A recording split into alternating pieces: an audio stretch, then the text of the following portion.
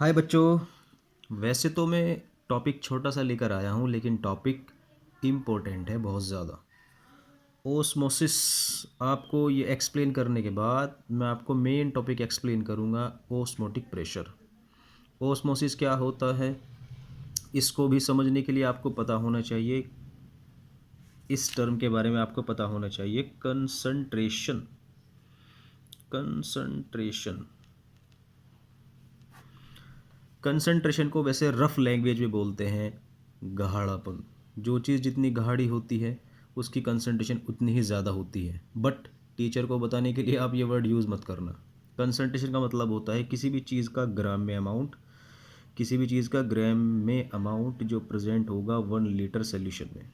तो 1 litre solution में ग्राम के 1 लीटर सोल्यूशन में किसी भी सब्सटेंस की ग्राम में जो अमाउंट होती है उसको बोला जाता है कंसंट्रेशन।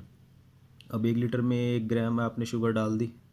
अगर आप 1 लीटर में 1 ग्राम शुगर डाल देंगे तो उसकी कंसनट्रेशन अलग होगी, और 1 लीटर में 1 kg, 1 किलो शुगर डाल दोगे उसकी कंसनट्रेशन अलग होगी। ठीक। तो आने वाले टाइम में या इस वीडियो में जब भी मैं इस टर्म का यूज़ करूँगा कंसनट्रेशन का, तब आपको समझना है गाढ़ापन। ठीक। यहाँ पे मेरे पास एक कंटेनर है और मैंने इसमें ये लगाई हुई है एक semi permeable membrane. Semi permeable membrane. और इस मेम्ब्रेन की दोनों साइड में मेरे पास सोल्यूशन है, इधर भी और इधर भी। ये थोड़ा गाढ़ा सोल्यूशन है, यानी इसकी कंसंट्रेशन ज़्यादा है, और ये थोड़ा सा हल्का सोल्यूशन है, माने इसकी कंसंट्रेशन कम है। ठीक। यहाँ कंसंट्रेशन ज़्यादा है और यहाँ कंसंट्रेशन कम है। ये लो कंसंट्रेशन है, ये हाई कंसंट्रेशन है। अब मैं इसके बारे में बताऊँ, सेमी परमिएबल मेम्ब्रेन क्या होती है।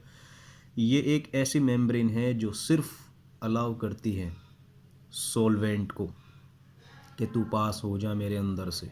सॉल्वेंट क्या होता है, जिसमें किसी चीज़ को डिज़ोल्व किया जाए, जैसे वाटर। और सोल्यूट क्या होता है, जिसको डिज़ोल्व किया जा रहा है, जैसे शुगर। समझ रहे हो। तो एसपीएम सिर्फ कहती है कि मैं सिर्फ अलाउ करूँगी सॉल्वेंट को, यानी मुझसे सिर्फ सॉल्वेंट पास हो सकता है।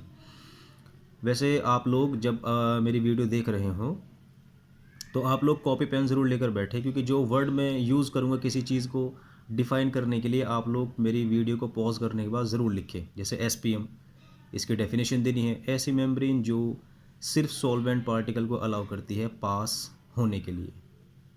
The membrane through which only solvent molecule can pass, है ना। ऐसी मेम्ब्रेन जिससे सिर्फ सॉल्वेंट मॉलिक्यूल पास हो सकते हो, सेमी परमेबल मेम्ब्रेन कहलाती है। इधर लो कंसंट्रेशन है, इधर हाई कंसंट्रेशन है, लेकिन कंसंट्रेशन है। इधर भी सोल्यूशन, इधर भी सोल्यूशन। बस यहाँ मैंने ज़्यादा चीज़ घोली हुई है, सोल्यूट यहाँ कम घुला हुआ है। ये सेमी परमेबल मेम्ब्रेन है।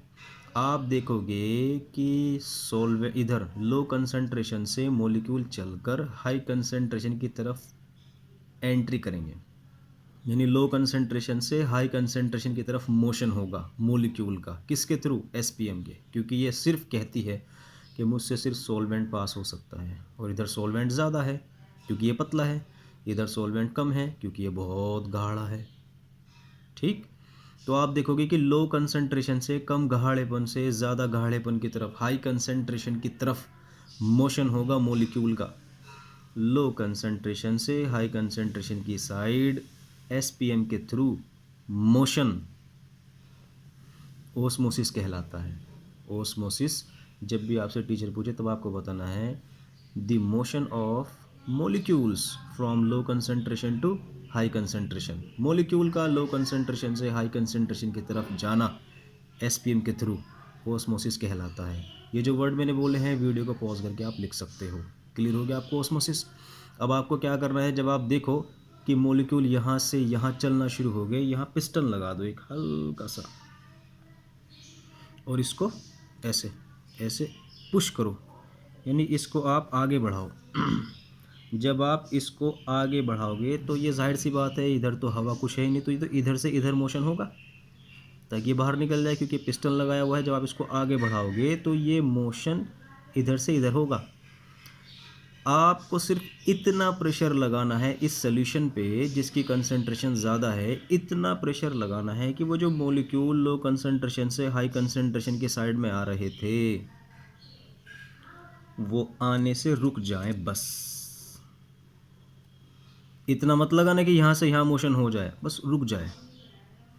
जब लो कंसंट्रेशन से हाई कंसंट्रेशन की तरफ मोशन हो रहा था तब आपने पिस्टन के थ्रू इस पर प्रेशर लगा दिया, तो आपने देखा कि मॉलिक्यूल यहाँ आने से रुक गए। आपने जितना प्रेशर लगाया है इस सोल्यूशन पर वही प्रेशर होगा ऑस्मोटिक प्रेशर। सोल्यूशन पर नोट कर लो, है ना, वीडियो को पॉज करके। सोल्यूशन पर लगाया गया वो प्रेशर जो सोल्यूशन पर लगाया गया वो प्रेशर जो मॉलिक्यूल को लो कंसंट्रेशन से हाई कंसंट्रेशन की साइड आने से रोक दे एसपीएम के through. The pressure applied on a solution to stop the motion of molecule from low concentration to high concentration through SPM। Clear होगा आपको, यह है ऑस्मोटिक प्रेशर। सोचो अगर आप प्रेशर ऑस्मोटिक प्रेशर से ज़्यादा लगा दो। याद रखना, ऑस्मोटिक प्रेशर सिर्फ उतना प्रेशर है जो मॉलिक्यूल को आने से रोक दे। अगर आप ज़्यादा प्रेशर लगा दोगे ऑस्मोटिक प्रेशर से ज़्यादा, यानी रोकने से आने के लिए जो आप प्रेशर लगा रहे थे उससे भी ज़्यादा, तो आप देखोगे कि इधर से इधर मोशन हो रहा है, लेकिन सिर्फ सॉल्वेंट का। और सॉल्वेंट मैंने आपको क्या बताया था, जिसमें कोई चीज़ घुली हो, यानी अब मोशन इधर से इधर होगा। ये पूरा सोल्यूशन था, इसमें सोल्यूट भी था और सॉल्वेंट भी था, लेकिन अब मोशन सिर्फ सॉल्वेंट का होगा। क्यों होगा? क्योंकि एसपीएम सिर्फ कहती है कि मुझसे पास हो सकता है, तो कौन? सॉल्वेंट। तो इसमें सोल्यूट भी है, सॉल्वेंट भी है, लेकिन मैंने ऑस्मोटिक प्रेशर से ज़्यादा प्रेशर लगा दिया, तब मोशन इधर से इधर होगा सॉल्वेंट का, सोल्यूट का नहीं, सॉल्वेंट का। और अभी मैंने आपको बताया था ऑस्मोसिस, लो कंसंट्रेशन से हाई कंसंट्रेशन। लेकिन हुआ क्या, अब मैं ऑस्मोटिक प्रेशर से ज़्यादा प्रेशर लगा रहा हूं, तब हाई कंसंट्रेशन से लो कंसंट्रेशन की साइड मोशन हो रहा है। तब मैं इसको कहूँगा, क्या कहूँगा क्या कहूँगा, रिवर्स ऑस्मोसिस। यानी ऑस्मोसिस का बिल्कुल अपोजिट हो गया, रिवर्स ऑस्मोसिस। क्योंकि ऑस्मोसिस क्या थी, लो से हाई, अब क्या हो रहा है, हाई से लो।